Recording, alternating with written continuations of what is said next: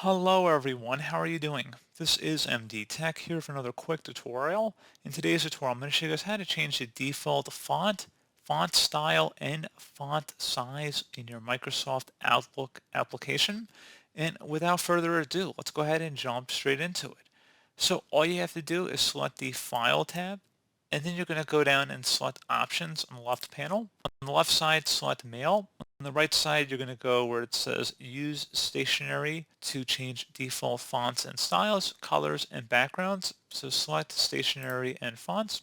So you have a few different options here. If you wanted to change a custom theme, you could do that just by selecting the top option here.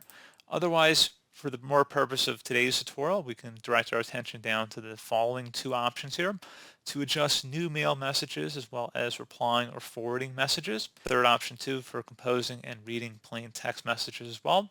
So by selecting the little font button that corresponds to whichever setting you want to modify, you're going to go ahead and select font, and then you can select the different font, style, size as well. Very similar settings you would see if you were modifying these options in Microsoft Word or Excel, except obviously we are in Outlook.